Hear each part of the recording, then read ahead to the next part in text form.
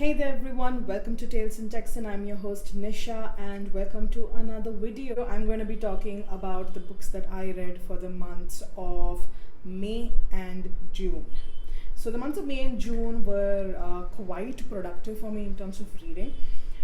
If you remember, my March and April book completion rate was just about 1.5 books.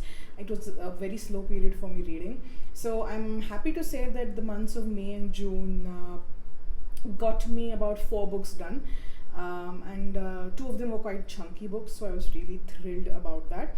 So let me just give you a brief description about the books that I read, what I thought about them, and I think I'll end the video talking about my general progress for the first half of the year and whether I have been satisfied with the kind of reading that I've done. So let's dive right in. So the very first book that I finished in the month of May was Ruth Ozeki's A Tale of Time Being. This was a book that I actually had in my wish list for a very long time. And A Tale of Time Being is actually a book that is set partly in Japan and partly in Canada. It covers 2 different points in history and time, although the cast of characters encompass people who come from various generations, including I believe, if I remember correctly, a 114-year-old grandmother. So this book basically deals with 2 separate themes. One is the story of Naoko, a teenager growing up in Japan, and it explores the life of children, of students, especially those who have either emigrated or immigrated from another country and who come to Japan, or who are ethnically Japanese but don't really identify with Japanese culture because of a variety of reasons, and the kind of bullying that they experience while growing up in Japan. We see Naoko from her middle grade years, and we see her through a span of about, I believe, 2 years, and we see all the kind of torture and trauma and just the most horrendous and horrific type of bullying that she experiences at the hands of her peers, her seniors, and even at the hands of her teacher who participates in this traumatic bullying experience. You flip the story, and in every alternate chapter you meet Ruth and her husband, who are living in Canada. Ruth is of Japanese descent herself, but she comes from New York. She's American Japanese, and we see Ruth, who has found this diary that has washed up on the banks of the water body where she lives at.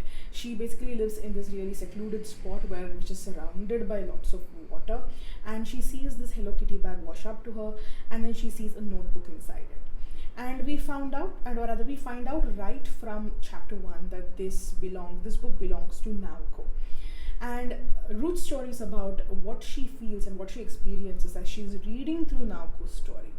Simultaneously, we meet Ruth's husband, who is an artist, but an environmentally inspired artist, and whose goal in life is to bring back indigenous species of plants that were local to that particular place where they're living in Canada back into existence, and to make the land that he owns into a biosphere or a bioreserve. So in Ruth's book, we explore themes of environmental sustainability, we explore themes of humans' impact on the planet, and ultimately humans' relationship with each other that affects the earth.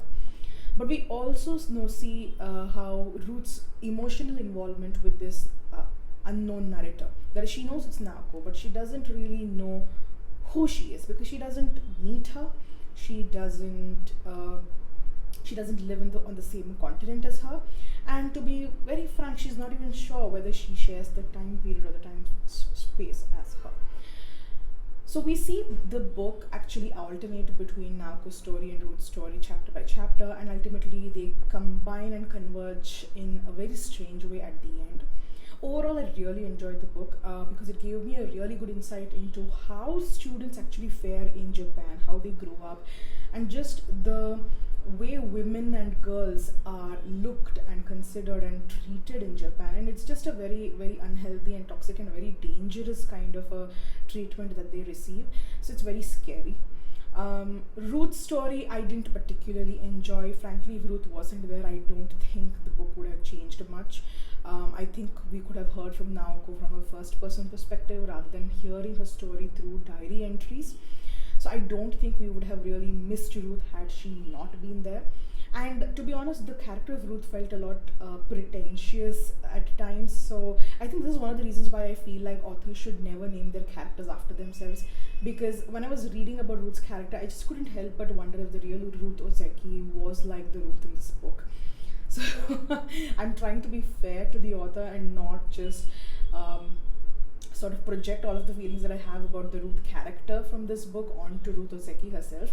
But I think authors should really consider whether they want to use their own names for the characters of their book or not.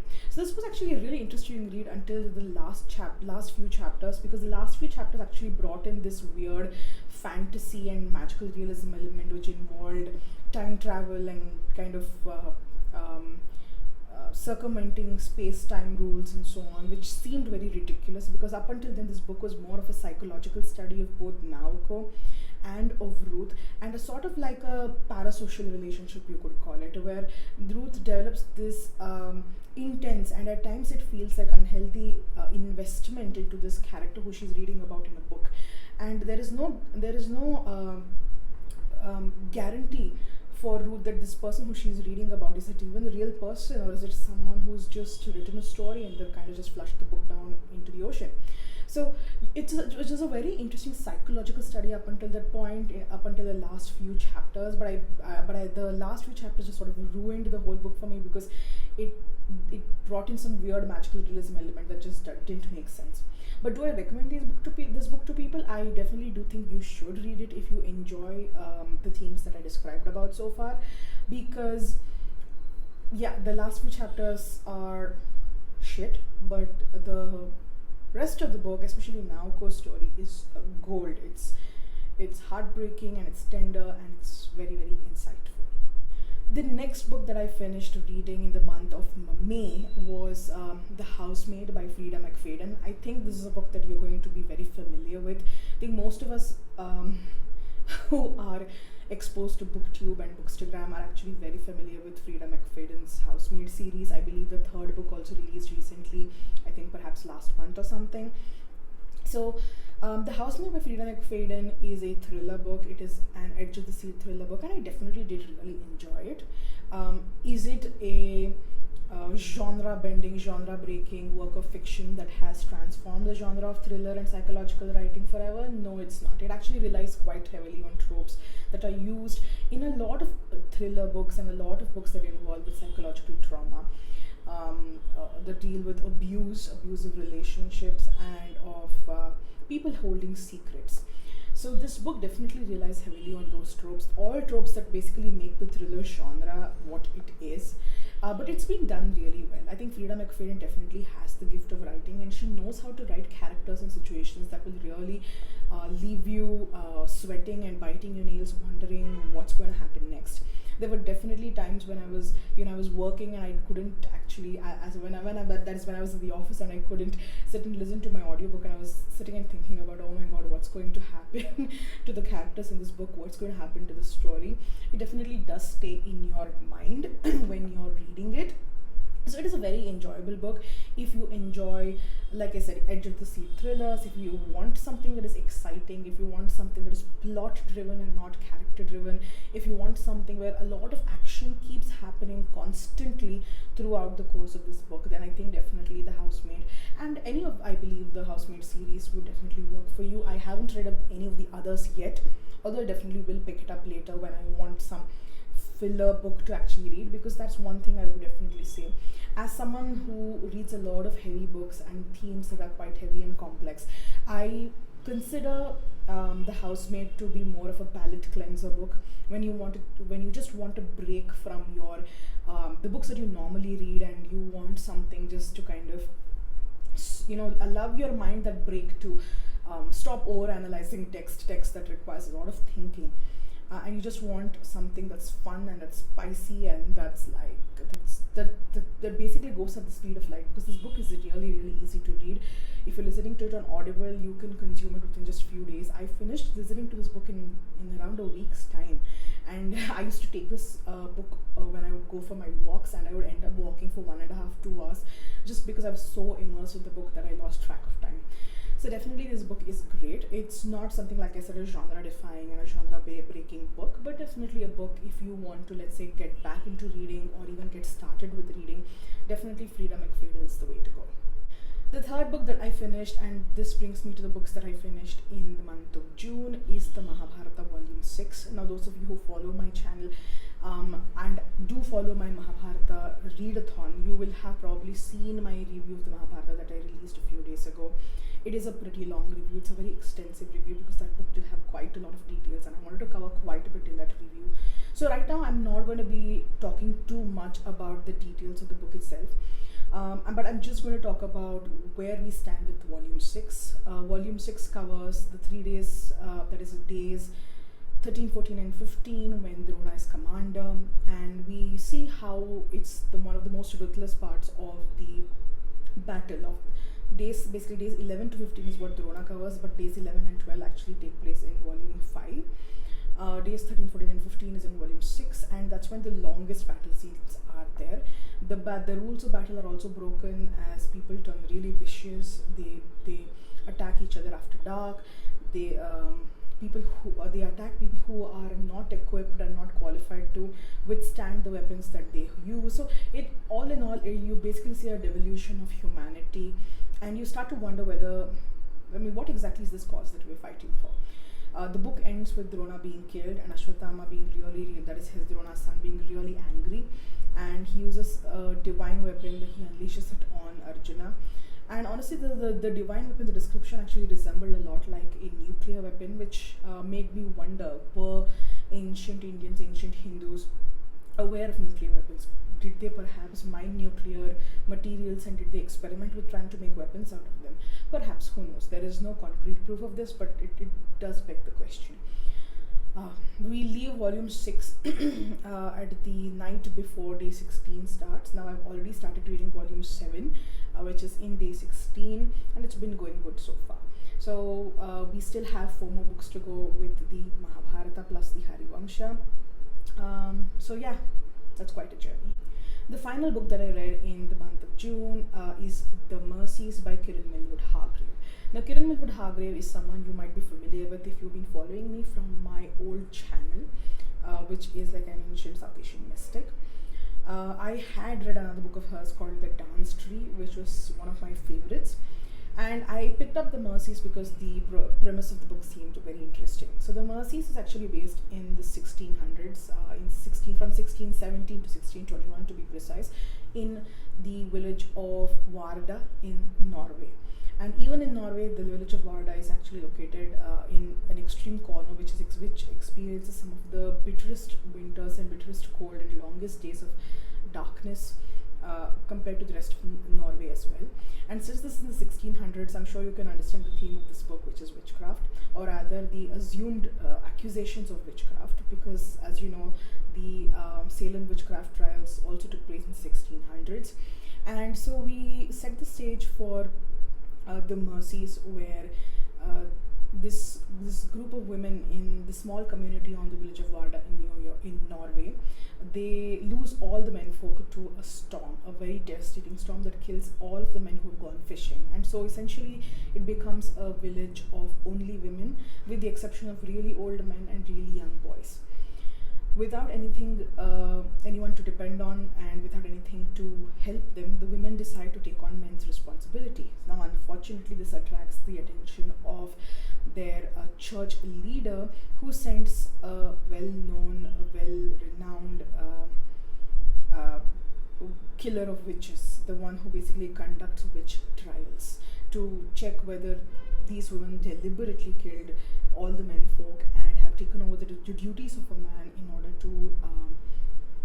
order to access power, in order to access property, and in order to dethrone the church. Now, as expected, we do see instances of the community turning against each other and instances of witchcraft trials as well. Uh, Kiran Millwood Hargrave always embeds a LGBTQ romance within her stories. Predominantly, it's always lesbian romances. Even in the Dance Tree, her other book, there was lesbian romance, and similarly here in this book too, there is a lesbian romance. Now, while I really loved how the queer love story actually was portrayed in the Dance Tree, I didn't really feel that Kiran Millwood Hargrave actually did justice to the love story here in the Mercies. It felt more like a sort of sexual transference or romantic transference because of the lack of availability of any men. Especially for one character, one of the protagonists who has had a sort of sexual experience with a man. So I don't know, maybe was the author trying to show bisexuality? I don't know. I just didn't feel like the queer romance here was as convincing as it was in the Dance Tree. And it is a pity because she can weave a good love story. I know that because I read her other book. The book by itself is very prosaic. The sentences used are really beautiful and they are profound. But one thing that I did find lacking was the actual story building. It seemed like the author was so fixed on writing a very poetic story, or rather writing a very poetic script, that she kind of forgot to actually build the story. It's sort of like the story building took a backseat, and language and poetic language, use of poetic words and terminology sort of took the front seat, at least like from halfway through the book. There is a lot of focus on the inner monologues and contemplation of the two protagonists, and after a point it gets a little boring and repetitive because we already know what they're thinking. We've been told this a million times already. So it isn't something really that as a reader I was particularly interested in after a particular set of time, and I wanted something more to happen. Another thing that I found really upsetting is how it seems like it's sort of shown like people are either inherently good or inherently bad. It's like they're inherently practical or inherently blinded by religion and spirituality. The only character I can kind of excuse from this extreme behavior is the person who was sent to conduct the witch trials. This man honestly actually shows both tenderness and also abuse towards his wife. He shows a deep appreciation for people who have to survive in the grips of when they're in the grips of poverty, but also knows that if he takes advantage of religious fear, he can actually get ahead and get out of poverty himself. So his character is something. His name is Absalom. His character is something that's actually written well, but for the women I think that it's very, very lacking, because I think the focus has been too much on the inner monologues and the contemplation written in a poetic way that, like I said, the story building kind of took a backseat. As a book that is dealing with the witchcraft trial, and I know this is historical fiction, and historical fiction typically does need to be derived in real historical events. But again, historical fiction also has a tremendous amount of leeway from also departing from actual historical events, because at the end of the day, it is still fiction. It is not real. It is inspired by real events, but it's not a real event. So the book could have actually made the actual scenes of the trial, the hysteria, the accusations, the actual trial, the actual killings, it could have spent a larger amount or chunk of the book in exploring that. Rather, what happened was, I would say, like 80% of the book was spent in the inner monologues of the two characters, the protagonists, Ursa and Man. Those are the two protagonists. And only 20% of the book was stuffed with all of these accusations and the trials and the killings, which I think is a huge disservice given the kind of tragic consequences that the witch trials did have all over the world, and which continue to happen even today, escaping from the lights of the legal system, I would say. So I liked the book, but I didn't love it. I would kind of rate it as a mediocre book, and so that's how I ended the month of June. I read 4 books. Tale of Time being by Ruth Ozeki, The Housemaid by Frieda McFadden, Mahabharata Vol.6, and The Mercies by Kiran Hargrave. I know a lot of people actually focus on creating videos about their mid-year reading check-ins. Honestly, I don't believe in doing that because I seldom, if ever, have any reading goals for myself, because I feel like when you have a numerical reading goal or a quantitative reading goal, then it sort of to a certain degree it strips away the joy of reading, the genuine joy of reading, because you are so busy trying to prove to yourself that you are capable of meeting that quantitative element, you're capable of reading X number of books, or that you're capable of beating your last year's scores as if you're a competitor with yourself, or you're worse, you're a competitor with somebody else who you saw on Instagram or BookTok or BookTube, which I think is a shame, because the point of reading, for me at least, and I completely respect people who have quantitative reading goals, I have nothing against that, it's just something that doesn't work for me. I just feel like I read because I love to read. I read because I want to expand my view of the world, and I don't really care about how many books allow me to do that. As long as I'm reading something, that's enough. So I think if I had to define a reading goal, it would be that I read in that year. So I don't have any number of books per se. So yeah, my year has been going good. Some months have been slow, some months have been great, some months have been extraordinary because of the kind of books that I've read, and I have read quite a few good books this year so far.